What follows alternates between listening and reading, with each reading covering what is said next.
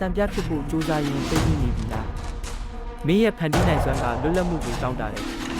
အမားတွေကနေမော်ဆန်တဲ့နေရာတစ်ခုကိုတိဆောက်ကြရအောင်မင်းရဲ့ကိုယ်ပိုင်နယ်မြေဖန်တီးမှုနယ်မြေဆိုတာမင်းရဲ့ကိုယ်ပိုင်တစ်ခွဲခံပဲစီမင်းစည်းကမ်းမရှိဘူးဝေဖန်ပိုင်းခြားမှုမရှိဘူးဘယ်အရာကမင်းရဲ့နှလုံးသားကိုဖန်ဆားလဲငြိမ်သက်နေတဲ့အတွင်းစိတ်လေးရဲ့လှုပ်ဆော်တံကိုနားထောင်ကြည့်ဒါကမင်းရဲ့အမှန်တကယ်ဖန်တီးမှုဗီဇကိုသိတယ်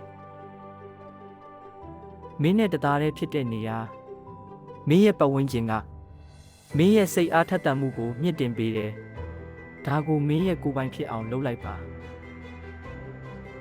မင်းရဲ့စိတ်ကူးညံကိုပြိုးထောင်ပါကရိယာတွေဟာမင်းရဲ့စိတ်နဲ့ကဘာကြားကတရားတွေပဲရဲရဲဝံ့ဝံ့ဖန်တီးပါအကောင်းဆုံးစိတ်ကူးတွေဟာပြည့်စုံမှုကိုလွှတ်ချလိုက်တဲ့အခါမှပွင့်လန်းလာတာ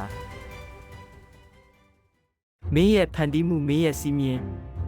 မင်းရဲ့ဖန်တီးမှုနယ်မြေကိုတိဆောက်ဖို့အစဉ်သင့်ဖြစ်ပြီလားမင်းကြိုက်ဆုံးမော်ဆန်တဲ့ဖန်တီးမှုကိုမှတ်ချက်မှာရေးခဲ့ပါ